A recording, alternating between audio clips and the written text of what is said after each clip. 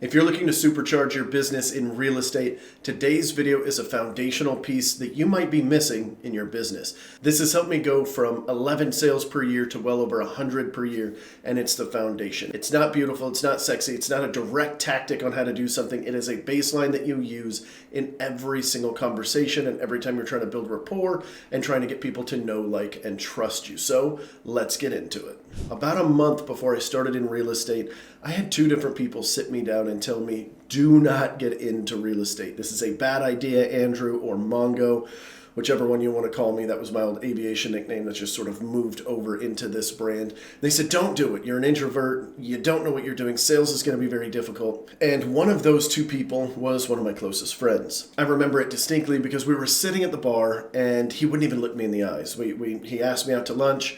We went out, he grabbed his drink, and he just stared at the TV and he just said, you're gonna be a failure. You need to stay in the military. Don't pursue this real estate thing. This is not a good idea for you. And of course I didn't listen. I'm stubborn. I wanted to get into it, and I was just hell-bent to be successful one way or the other. And this was the avenue that I had chosen to do it, and I wasn't going to stop now. So fast forward a little bit, I've got my real estate license. I joined Keller Williams, which was the first brokerage I ever joined. I'm currently at LPT Realty. If you guys have any questions on LPT, you can drop me a DM or comment down below, whatever.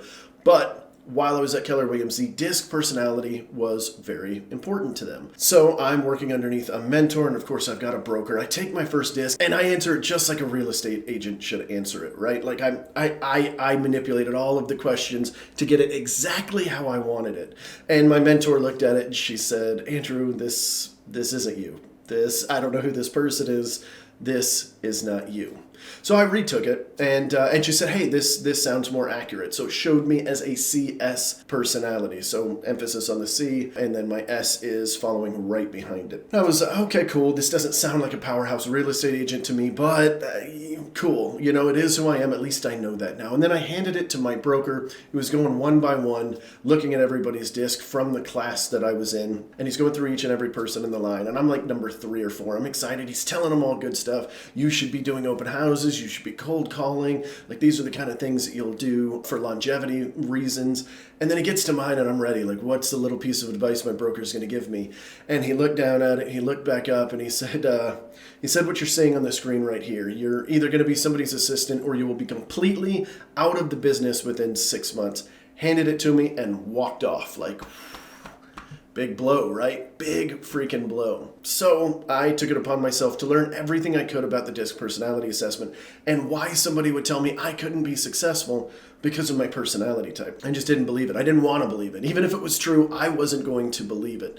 So that's what led me down this road. And the stuff that we're going to be talking about today, all of this stuff was learned because of that moment. I spent an absorbent amount of time figuring out the DISC, figuring out how to mold around people very quickly because I was highly introverted. I was, just like a scared little puppy. I didn't want to talk to anybody. And, obviously now I'm doing videos. I, did a lot of Facebook Lives. I speak on stages. I coach people. And we sell over 100, in fact, all the way up to almost 200 homes every single year. Now, I do run a small team, so it's not all just me, but that just shows that the personality has nothing to do with it. But knowing the personality does. And knowing the other personalities that you're working with is going to help you tremendously. So that's what I want to do in today's talk. I want to go over each of the personalities, help you figure out how to determine somebody's personality within 15 seconds of meeting them, and then give you some tips to work with each personality. I've got some slides going, mainly because I am actually doing this talk at a conference on the main stage. So I've already kind of got the slides up. I am changing the slides a little bit, so I'm not copying the main stage speaker that I'm going to be doing this stuff on. But I do want to go over all this with you guys. It is going to be really helpful for your business. It is foundational stuff. This isn't going to be something that you just implement and you see right away. In fact, most of what you're going to hear today, you're not going to be able to see when you put it into action. You are definitely going to get a ridiculous amount of benefit if you practice this stuff every single time you're in conversation. The conversations you're going to have are going to explode, and it is going to help you with the 3 things that us real estate agents or any salesperson needs in order to build their business, and that's for people to know, like, and trust them. So let's get into it. So I want to start off with the elevator pitch. This is the easiest way to kind of go through each of the DISC personalities and give you a brief overview of what each one of them is. So for those that don't know, D, I, S, and C, the letters in DISC each stand for a main type of person personality. Now, when you really dig into it, there's actually a lot more personalities. Some would argue there's 16, some would argue there's even more than that.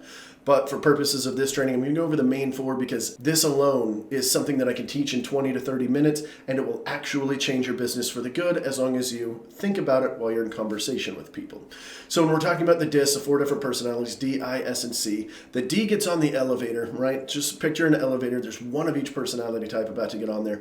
When the D gets on there, the D's hitting the button. They're ready to go. They want to get to 15, 15, 15. I'm going to floor 15. Let's go, right? They're hitting the close button. Somebody's walking up. They don't want to wait for them. They're hitting the close button. They're task oriented. They're drivers. Are ready to get to the next thing. Then you've got the I's. The I's are cheerleaders of the bunch, right? They're the ones that they like a lot of people. They like being surrounded by people. They're often considered bubbly.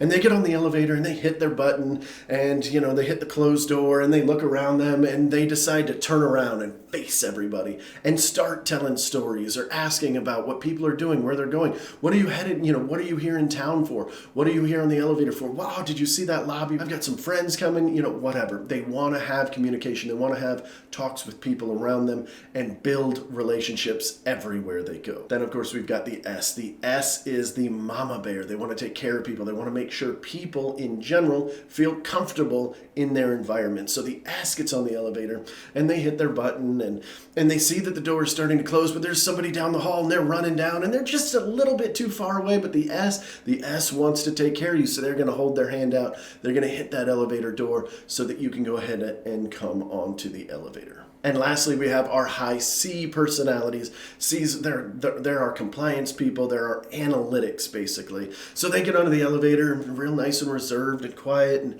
hit the floor if it's not hit already, or ask the person, what have you. And they sit in the back and they just sort of stay quiet. And they look around and they realize there's 4 people on this elevator, and they look up and they see, what is that? A little thing at the top of the elevator that says max weight, 1,000 pounds. And they start doing math.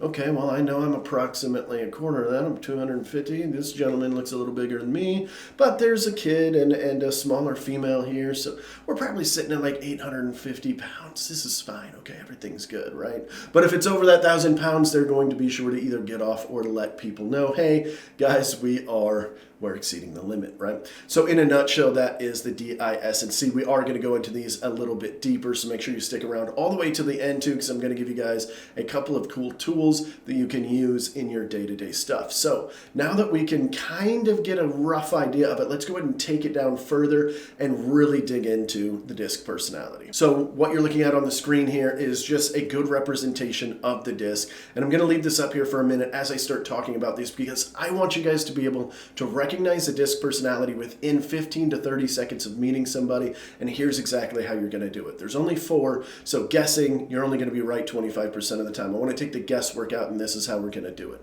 So we've got D, I, S, and C, right? D, I, S, C. If you were to write this down on a piece of paper, you'd have the D and the I up top, the S and the C at the bottom. Make sure the S is underneath the I, or else this is going to make you get really, really confused here. So up at the top, the D's and the I's, these are aggressive individuals. They move faster, they talk faster, they're just aggressive from one thing to another, right? And then you go ahead and go down to the bottom of that, and then you've got the S and you've got the C. Now the S and the C are just a little bit more reserved and reflective, or less aggressive.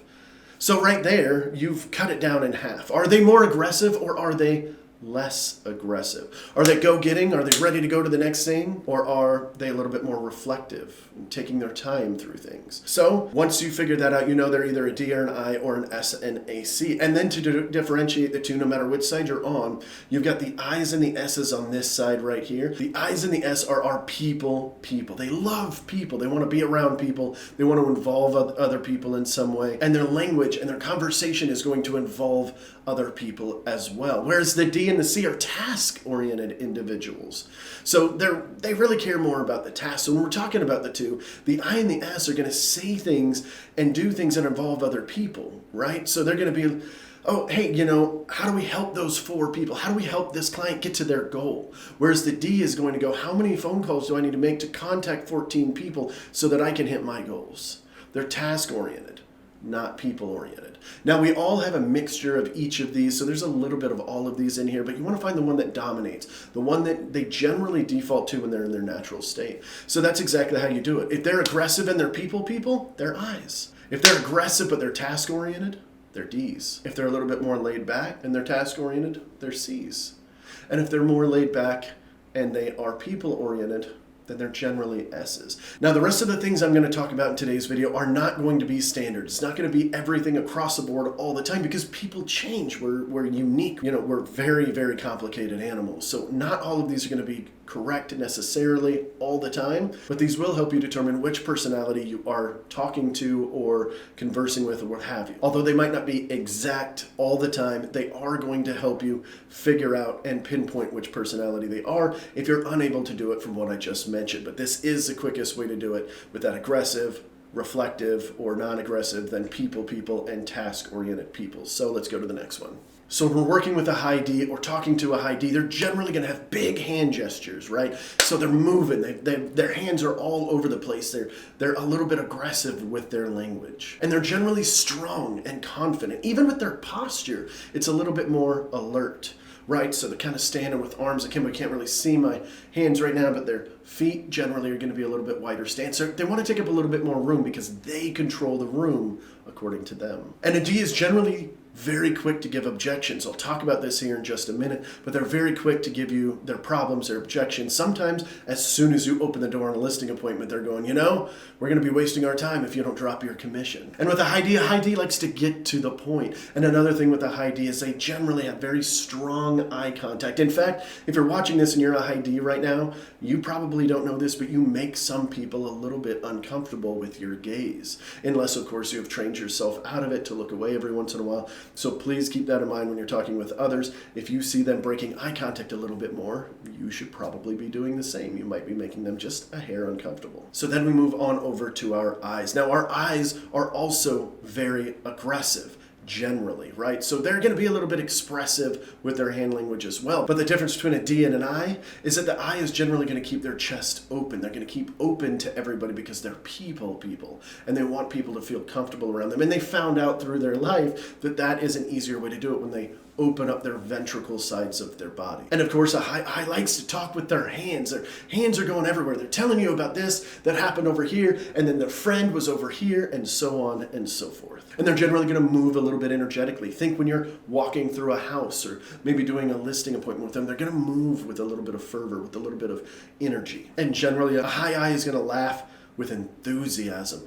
A lot of times coming from the belly. You can't see it, but I'm holding my belly right now. They got that belly laugh, the one that's almost contagious sometimes. And of course, my favorite trait about a high I is they always have a story for you. It doesn't matter what it is, they've got a story for you. Now we move over to our high S's, our mama bears. They're generally friendly and warm, the kind of person you want to tell a secret to. And they're generally going to have a little bit more of a reserved posture.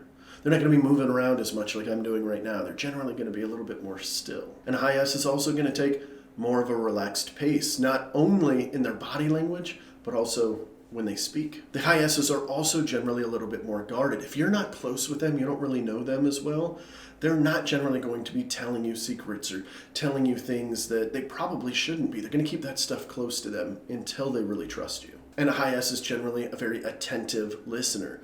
They're not just listening, waiting for their turn to speak. They're actually trying to engage with you. They're trying to figure out who you are as a person. And a high S is generally going to be worried about security.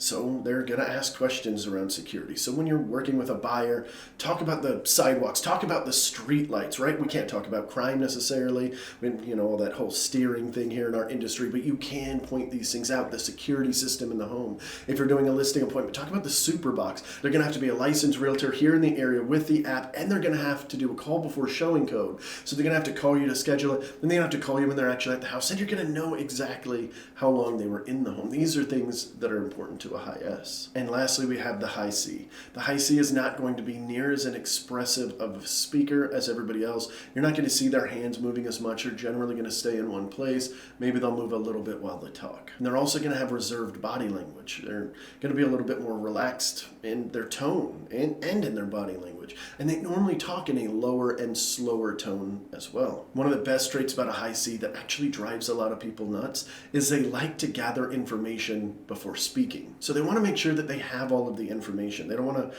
say something wrong and then you have to go back and explain even more to them. They understand that a lot of times that their personality is a little bit slower when it comes to interactions back and forth. Doesn't mean they're dumb or anything like that. These are our analytics after all. They just want to make sure that they're correct and that they're saying things that are going to make sense for the conversation. And a high C also has the largest chance, if you will, of thinking face or poker face, or for those that know, RBF. Hopefully with all of this information, you will now know exactly how to spot somebody very quickly. Once you practice this a little bit, it's going to become a lot easier. So take a moment at some point in the day when you're having an interaction with somebody and try to figure out where they fit in that little circle. This is great to do with loved ones, your spouse, one of your children, and then actually have them take the test and take a free disc assessment, which I will have one at the end of this video for you, and see how accurate you were. And practice this a few times, and once you do, you'll be able to start spotting people very quickly and understanding them. In fact, a lot of times I can spot somebody without even having a conversation with them. Although it is generally easier if I do have a conversation with them, a lot of times just their mannerisms and their body language is enough. And then I can adjust my style. So how do we do that? We've heard of the golden rule, right? And golden rule is what? Treat others the way you want to be treated. I think that's a terrible, terrible rule. So I go with the other one, the platinum rule. And that is to treat others the way they want to be treated. Because isn't that what's important? It's all about them. It's not about you. So that's exactly how we build rapport with people. We get them to know, like, and trust us much faster by treating them the way they want to be treated, not the way we want to be treated. It's just like a love language. It's just like a communication language. Some people like text, others want emails. Some people just want to be on the phone. Your personality is very similar. So they want to feel like they know you, like you, and trust you.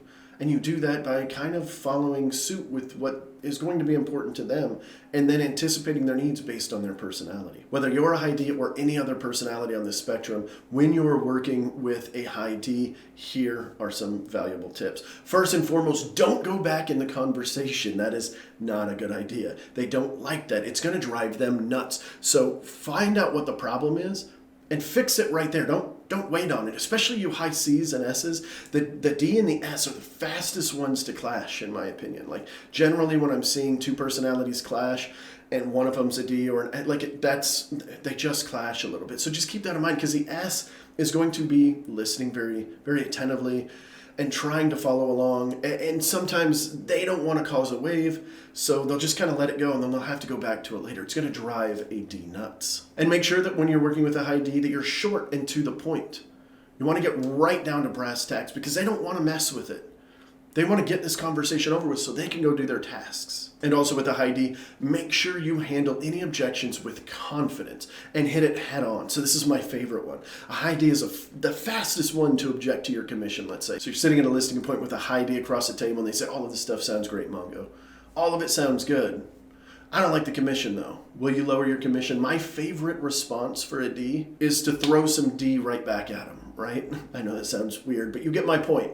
Throw that D right at them. I call it throwing my D on the table. And I go, no, next question. That is exactly how I respond to a high D when they ask me if I'm going to lower my commission. No, next question. Move right on. I'm not having this conversation. And that leads me to my last tip, which is address the conflict at hand. So if they've got an issue with that and they want to discuss it further, cool, we'll discuss it further. But most of the time, that no is going to be enough. And if you do have a conflict with a high D, whether it's commission or anything, just make sure that you're hitting it head on, talking it through, try to eliminate the amount of unnecessary conversation, get right to the point, and handle the objection. Now going back to our cheerleaders, our high I's. Here's some tips when you're working with them. First and foremost, use bold statements. I's love it. And then make sure that your conversation is enthusiastic. Your tone is enthusiastic. They love it. They want to see you excited just like they want to be excited. And if you're not matching their energy, things are going to feel off. You're not going to build that rapport as quickly. So before you go and try to throw a bunch of tasks on them or tell them that they're not doing something right or whatever the situation is, just make sure you're engaging others in some way. And last tip with the high I's is allow some time for conversation before you ask them to do tasks or before you go over something that is more task-oriented. So make sure that they've got time to tell a story. They've got time to tell you how their weekend was. They've got time to tell you how their day has been or whatever else is on their mind. And to be completely honest with the high I, allow a little bit more time. When I know I'm dealing with a high I, my buyer consultation is generally 45 minutes long with most personality types. But with an I and sometimes even a C, I'm going to allow a little bit longer of a time frame. So if I know that it generally takes me 45 minutes to an hour, I'm going to book an hour and a half so that we've got some time to build that rapport. They really love that. Now moving on to our high S, which is our mama bear. They're like a less aggressive version of the high I. Instead of having 100 friends, the high S only wants like 5. My first tip when working with a high S is allow ample time for them to respond to something if you're talking. Don't fill the silence just to fill the silence. This happens a lot with Ds. They have a moment of silence and they just want to push to the next thing. So just keep that in mind. Just allow a little bit of time. They're processing. They want to make sure that you're done. They don't want to be rude and jump in front of you. And just like with the high I, give the high S a little bit of time before talking to them about a task. Talk to them about something that's important to them, their family, their whatever they did, depending on, of course, on your relationship. Because if you don't know the S at all, they're not generally going to want to talk to you about things that they hold dear like that, like their family, their dog, what they did over the weekend, or what have you. They're a little bit more guarded. So just kind of play that by ear on how the relationship is. But if you know them very well, you've been working with them for a while, just keep that stuff in mind too. Talk to them about them, their life, what's important to them before you go into the tasks that need to be done. And on that note, make sure that you're building relationship points often so that they don't feel overwhelmed when it comes time to do something or if a hard conversation needs to come up. If every single time you talk to them, you're asking them how they're doing, how they're feeling, how things are going, and sometimes that's just it. You're not talking to them about anything else. You're just checking in with them. So that when that thing happens, that rough conversation, the price reduction that needs to be done, the appraisal didn't come in on value, like things get a little bit more hectic, they don't feel overwhelmed because you've been building that relationship with them the whole time. And lastly, with the high S loves security. I talked about this a little bit before. Build that into your scripts, build that into your conversations, just the overall security and stability of whatever the conversation is about. Now moving on to some tips of working with a high C personality. First and foremost, really listen to objections. If they've got an objection or a problem or something that comes up, there really is a problem to them. So listen intently and answer it in depth. I know it's not going to be natural to my D's and my I's to do this, but try to answer it as in depth as possible. If an objection comes up for a C, it's important to them. And a lot of times they've been thinking about this. They saw it on the internet. They've been prepping for this question. And if you give a half-ass answer, they're not going to feel comfortable going with you. And make sure that you slow your pace down with a C. Remember, they're analytics, so they're running everything in their head. And then they're probably running other things to see how they connect together. So just give them a little bit of time. And keep in mind that the high C is the most common personality type that you're going to have to do a second appointment with. So if you're a one appointment kind of person, you go on a listing appointment, you want to get everything signed, or you get buyer representation signed, which I do suggest that you guys do, they're the hardest ones to get on the first date. Sometimes you're going to have to send them after the fact. Sometimes you're going to have to come back in for a second appointment. And with a high C, you might not receive all of your objections right away. They might want to have to go back to their house, think on it, outside of your space, give them a little bit of time. And then so a lot of times with the high C, you're going to get like an email or a long text after an appointment with a whole bunch of objections, or maybe not even objections, just concerns that they have. So make sure that you go through that and you answer it in depth. And just like with a high S, make sure that you give a little bit of time for them to respond. So the difference between an S and a C is trying to connect all of the dots. The S kind of does that too, but with a C, they're connecting everything. So they're going to need a little bit more time. Don't feel the need to fill the silence. I know this happens a lot. It's almost uncomfortable sometimes with some Cs as their brains really crank in and they're connecting this over here to this video that they saw and this article that they read and so on and so forth. Just give them time. If you say something especially that elicits a response, just give them a moment. It might not even look like they're thinking. They're a lot of times our faces, I'm a high C myself, a lot of times our faces just sort of stick straight and we're like, oh, okay, cool, we're thinking about this. You don't have to fill the silence, it's fine. So what I've got next up on the screen here is something that I kept next to my mouse pad, taped to my desk for like 4 years. And this is a conflict resolution chart. In fact, here on my team, all of my agents and my admin staff, they have their disc personality up on their desk so that when I'm walking by, if I know I'm going to have a conversation with them, whether it's for goals or whether it's correcting them on something or just praising them for something, I can look down, see their disc personality, and instantly know how to talk to them. So this is a nice representation too, because if you know you're going to have a conflict with this person, whether it's another agent on the other side, one of your clients, a buyer, seller, an admin member, it doesn't matter. This tool that is popping up on the screen right now is going to help you with that. So let's say you pick your main style on the left side and then you just match it with their main style up top. So you do have to know their personality type. So if you don't feel like you've got a good grasp, go back, watch the beginning of this video again, get a good idea, and then again, practice it. So then when you look at it, you're like, okay, cool, I know how to do this. I'm a high C personality, so I go down to the C. Let's say that I'm working with a D. So at the bottom left corner there, it says be direct. Don't get caught up in the details. That's exactly what you're going to want to do. You want to be very direct. A high C has a tendency to want to chat it all out and go off on all these spinning side quests and stuff that might possibly happen. And the D knows that it's probably not going to happen. If we just do the thing, like we don't have to worry about any of that, why are we talking about it? So just make sure that you're molding your personality to the people around you, and that will help smooth things over a little bit. If we can, I'm going to try to get one of my admin to create like a graphic for you guys that you can get down below in the comment section or in the remark section of the video, and you can go ahead and download that for free. We're not going to send you anything or spam you with a bunch of crap or anything like that. Just we're going to try to get that for you. If it's not up, comment down below and let me know. You can go to Google and just type free disc personality assessment. My favorite one personally is the Tony Robbins disc. So if you just type in Tony Robbins DISC, it'll come right up. But you do have to pay for that one to get the full report. You'll get a very basic one that basically says you're an explorer or something, but it's not going to tell you which letter you are. Then you're gonna have to go look that up and stuff like that. I think it's like $30 to pay for it. I do it once or twice a year. I've been doing that since I got into real estate 9 years ago. And I'm telling you, it helped me tremendously. I know I talked a little bit about that at the beginning of this video, but I can't emphasize this enough. I was a scared kid. I was just out of the military. I had a super tight-knit group of friends, but they all picked up and moved. I wasn't outgoing. I wasn't going to events. I wasn't doing things. I was shy. I was, quite frankly, kind of, like just a dumb kid. I was a dumb military kid. I was spitting and cursing like crazy. It just was not a good look. And then once I learned the DISC personality, it really helped me mold with people a lot quicker. Now I can become a chameleon in every single situation. In fact, a lot of people, when they try to figure out what my personality is when they meet me in person, assuming they don't see any of my branded stuff here, they generally get it wrong because I'm molding to the group around me in most cases. And that's not meant to be manipulative or anything like that. It just smooths things over because I deeply care about people. And so I want to make sure everybody gets along. That's the second portion of my personality, the S, that mama bear, right? So I've got the C and the S. I'm an analytic, and I want to make sure everybody is like cohesive and everybody's having a good time, right?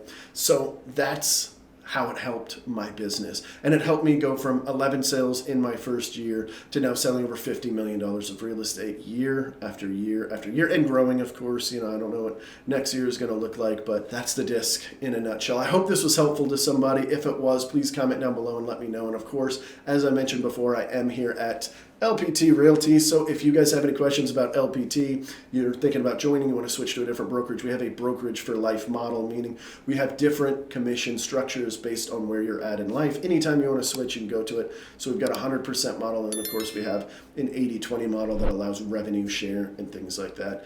It is by far my favorite brokerage that I've ever been to. I feel like I'm home. This is why I haven't been doing videos at other companies. I was at eXp Realty before. And I didn't do videos back then. I wasn't trying to build a downline, but here I actually believe in this company. So that's the main reason I'm doing this. So if you guys have any questions, just reach out to me. All of my information will pop up on the screen, or of course you can DM me on any of my socials. We'll throw those up as well. And I'll see you guys in the next one.